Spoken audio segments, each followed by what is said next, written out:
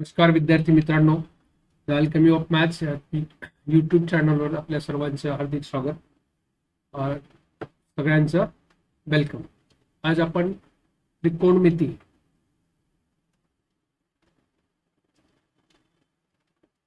त्रिकोणमितीमध्ये गुणोत्तर व त्याच्या किमती किंवा किमती कशा काढतात हे शिकणार आहोत. राईट, गुणोत्तराच्या किमती. या अगोदरच्या व्हिडिओमध्ये मी तुम्हाला साइन, कॉस, टॅन, थीटा कशा पद्धतीने किंवा सगळे 6 गुणोत्तर कसे घ्यायचे हे सांगितलं होतं. तर आज आपण त्या गुणोत्तराच्या किमती कशा काढायच्या ते मी शिकवणार आहे. तर याकडे लक्ष द्या. आपण काय करतो, नेहमी काटकोन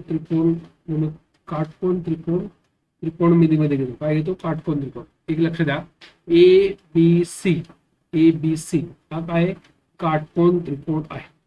आता काटकोन त्रिकोण असल्यानंतर आपल्याला गुणोत्तराच्या जे किमती आहेत त्या कुठून घ्यायच्या. जर तुमचा थीटा हा जर असा कोण आहे तर त्या थीटाच्या किमती काय असल्या पाहिजे. थीटा बरोबर 0 डिग्री, थीटा बरोबर 30 डिग्री, थीटा बरोबर 45 डिग्री, थीटा बरोबर 60 डिग्री आणि थीटा बरोबर 90 डिग्री. इयत्ता 10वी साठी या त्रिकोणमितीमध्ये आपल्याला थीटा बरोबर 0, थीटा बरोबर 30, थीटा बरोबर 45, थीटा बरोबर 60 आणि थीटा बरोबर 90 फक्त एवढेच गुणोत्तर गरजेचे आहेत. त्यानंतर ज्यावेळेस आपण सिनियर कॉलेजला जाऊ, ज्युनियर, सिनियर किंवा 11वी 12वीला जाऊ, त्यावेळेस याच्या पुढचे त्याला बाकी अगदी 360, 720 पर्यंत कोणाचे माप घेतले जाते.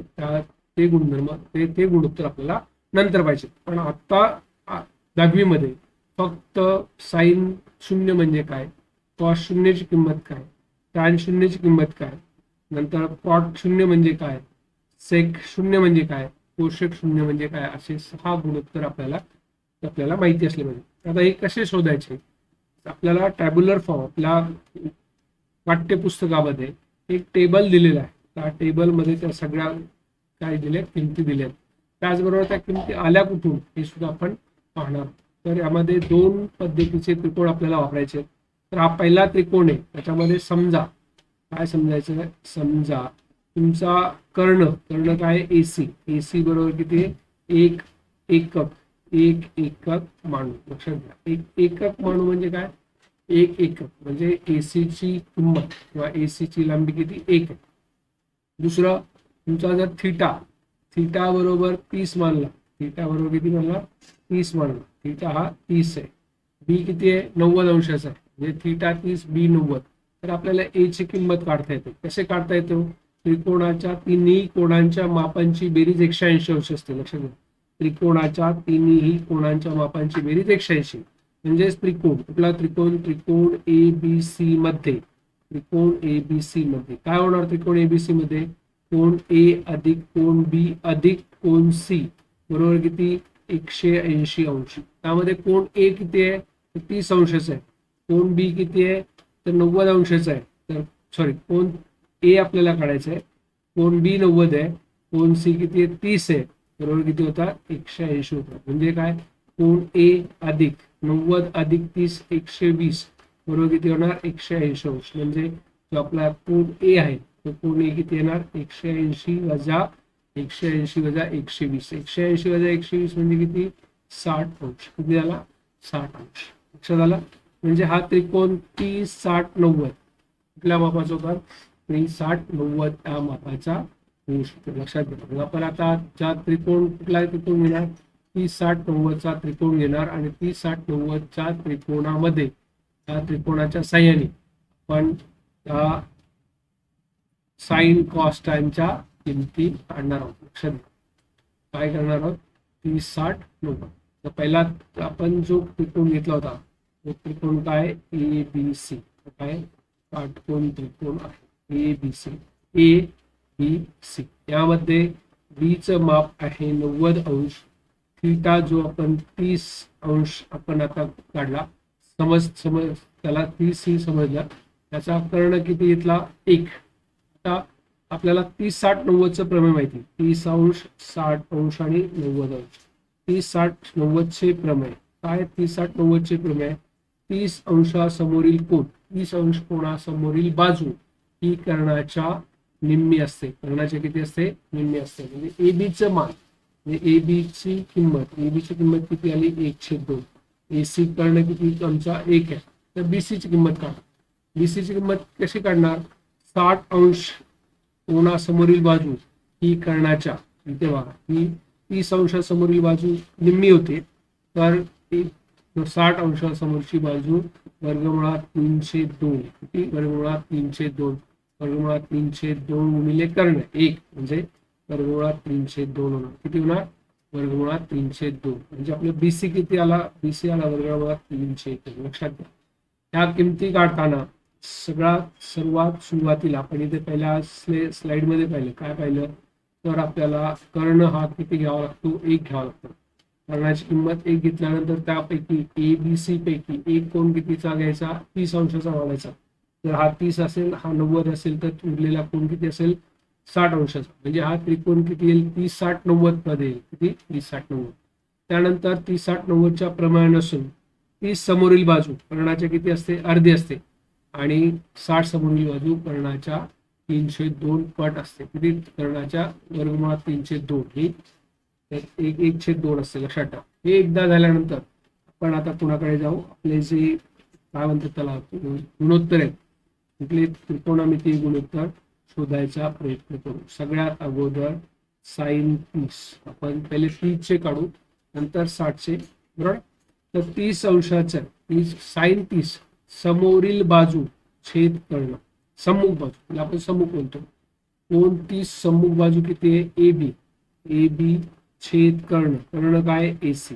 मग एबीची किंमत किती येते? 1/2. कर्णाची किंमत किती? 1 आहे. म्हणजे 1/2/1 म्हणजे काय आलं? 1/2. म्हणजे साइन 30 वा साइन 30 ची किंमत किती आली? 1/2. लक्षात ठेवा. साइन म्हणजे काय? सम्मुख छेद कर्ण.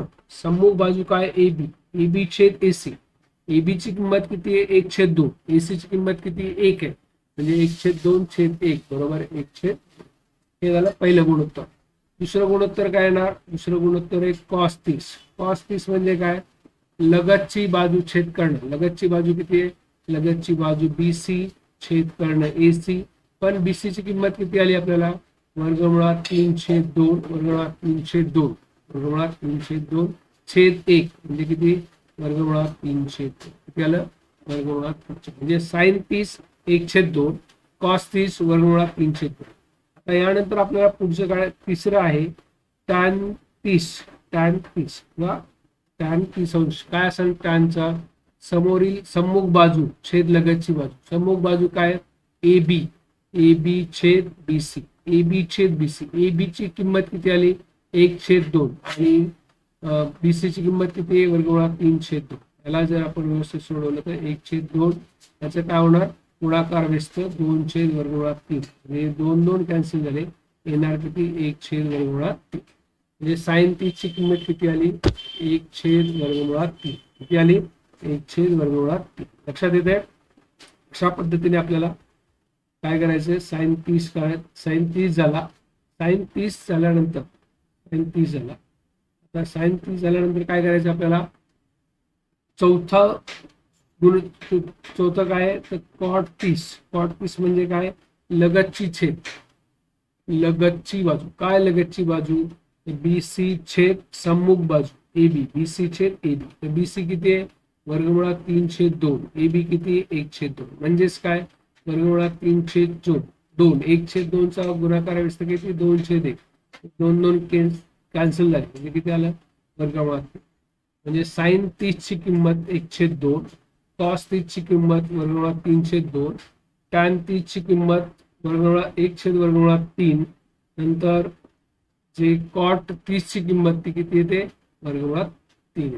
त्याच्यानंतर पाचवं काय आपलं? सेक 30. सेक 30 म्हणजे काय? कर्ण. कर्ण किती आहे? कर्ण आहे एसी छेद लगतची बाजू काय? लगतची बाजू बीसी.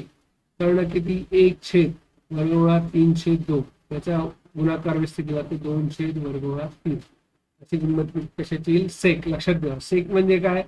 कर्ण छेद लगतची बाजू. कर्ण काय? AC छेद BC. AC ची किंमत किती आहे? 1.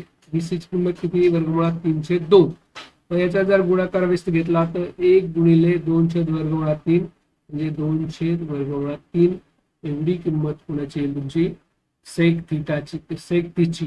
त्यानंतर जो शेवटचं गुणोत्तर आहे ते आहे कोसेक 30. कोसेक 30 म्हणजे काय? कर्ण छेद सम्मुख बाजू. सम्मुख बाजू काय? AB म्हणजे काय? 1/1/2. तर याचा गुणाकार व्यस्त किती आहे ना? 2. म्हणजे कोसेक 30 ची किंमत किती आली? 2 आली. लक्षात घ्या, अशा पद्धतीने आपल्याला या प्रत्येकाचे गुणोत्तर. आता आपण कशाचे केले? आता आपण 30च्या किमती घेतली. 30च्या किमती घेतली. त्यामध्ये साइन 30 किती आला? 1/2 आला. कॉस 30 √3/2 आला. नंतर टॅन 30 पुन्हा किती आलं? टॅन 30 तर √3 1/√3 आलं. नंतर त्यानंतर बघा सगळ्या किमती लक्षात घ्या. साइन 30 किती आलंय? √1/2. कॉस 30 √3/2. टॅन 30 1/√3. कॉट 30 √3. सेक 30 2/√3 आणि कोसेक 30 2. ह्या तुमच्या आल्या सगळ्या किमती झाल्या. लक्षात झाले 30 साठी. आता आपल्याला काय करायचं आहे? त्यानंतर आपल्याला 60 याच्यामधला दुसरा कोन काय? 60. त्या 60 डिग्रीच्या साइन कॉस टॅन कोसेक काढायचे. काय करायचे? त्यामध्ये साइन 60 किती होणार? कॉस 60 किती येईल? नंतर टॅन 60 किती येईल? कॉट 60 किती येईल? नंतर सेक 60 किती येईल? त्याच्यानंतर काय? त्यानंतर काय?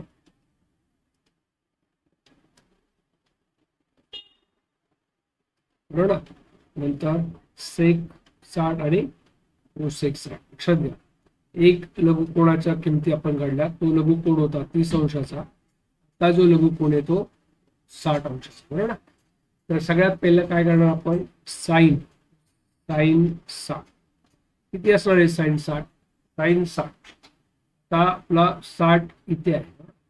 साइन म्हणजे काय? सम्मुख छेद कर्ण. याची सम्मुख बाजू काय?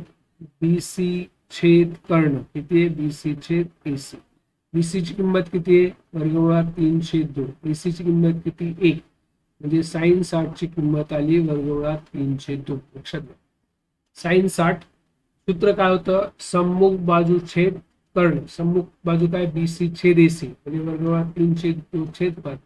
√3/2 छेद 1 किंवा 1 त्याचे √3/2. त्याच्यानंतर दुसरा जे आहे ते आपलं काय? कॉस 30. दुसरं सूत्र कॉस 30. कॉस म्हणजे काय? लगतची छेद कर्ण. लगतची बाजू काय? AB छेद AC. AB छेद AC. AB ची किंमत किती? 1/2 छेद 1 म्हणजे काय येणार? 1/2. कॉस 60 किती आलं? 1/2. तिसरी बाजू काय? तिसरी आहे टॅन 60. तिसरं काय? टॅन 60. टॅन 60 काय असाल? याचे सम्मुख बाजू काय? सम्मुख बाजू BC छेद AB. सम्मुख छेद लगतची BC छेद AB. BC किती आहे? BC √3/2 भागिले 1/2 म्हणजेच काय? √3/2 गुणिले 2/1. 2 गेले किती येणार? √3 येणार. √3 येणार. समजतंय? समोरची छेद करा. त्यानंतर चौथं सूत्र आहे किंवा चौथं गुणोत्तर आहे कॉट 60. कॉट 60 म्हणजे काय? तर कॉट लगतचे 60 चे लगत कोण आहे? AB छेद सम्मुख BC. AB छेद म्हणजे 1/2 छेद √3/2. याचा अर्थ काय? 1/2 गुणिले 2 छेद √3. याचा आपण काय करतो? गुणाकार व्यस्त करतो. याचा √3/2 चा गुणाकार व्यस्त काय ते असेल? 2/√3. तर हे 2 गेले म्हणजे 1/√3.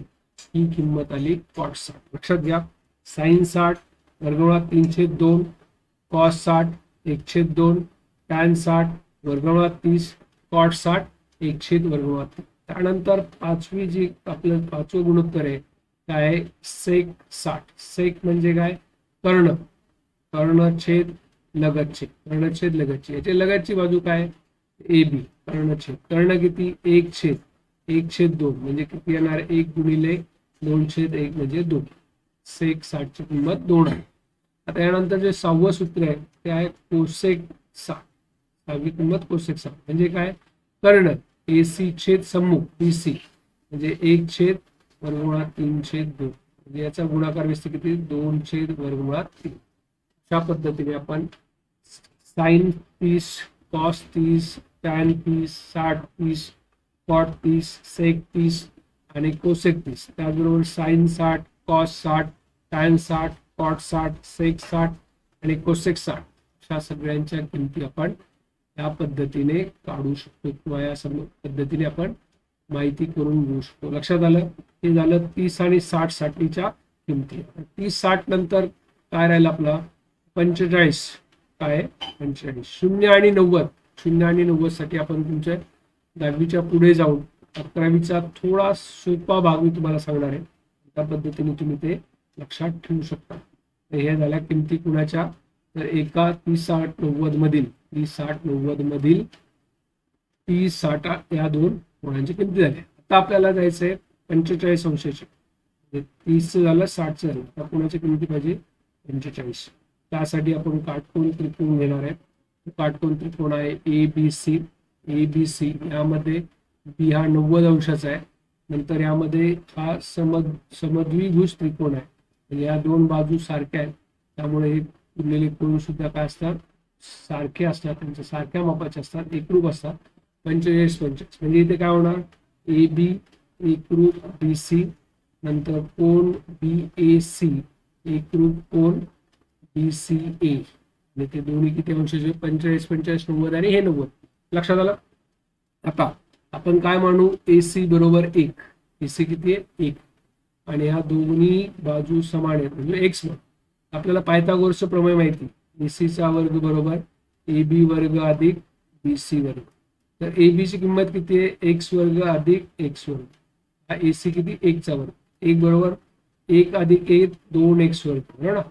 मग काय येणार x वर्ग बरोबर 1/2 म्हणून x बरोबर 1/√2. दोन्ही बाजूने वर्गमूळ घेतलं तर 1 चं वर्गमूळ 1 आणि 2 चं वर्गमूळ 2 म्हणजे x ची किंमत किती आहे 1/√2. ही सुद्धा 1/√2. लक्षात आलं. आता आपल्याला साइन 45 काढायचं आहे. साइन 45 साइनचं सूत्र काय साइन म्हणजे काय सम्मुख छेद त्यामध्ये कुठलाही एक कोण होऊ शकतो. सम्मुख छेद कर्ण. सम्मुख बाजू काय समजा हा जर घेतला याची सम्मुख बाजू आहे AB कर्ण आहे AC म्हणजे AB ची किंमत किती आहे 1/√2. AC किती आहे 1 म्हणजे 1/√2. हे झालं साइन 45.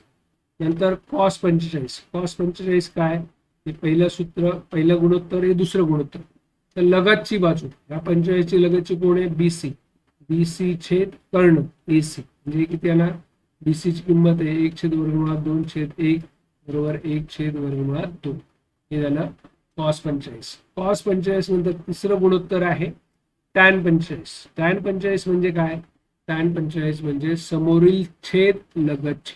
समोरील बाजू काय इथे AB छेद BC. AB ची किंमत किती आहे 1/√2 1/√2. हे दोन्ही कॅन्सल झाले तर टॅन 45 किती आला 1 आला.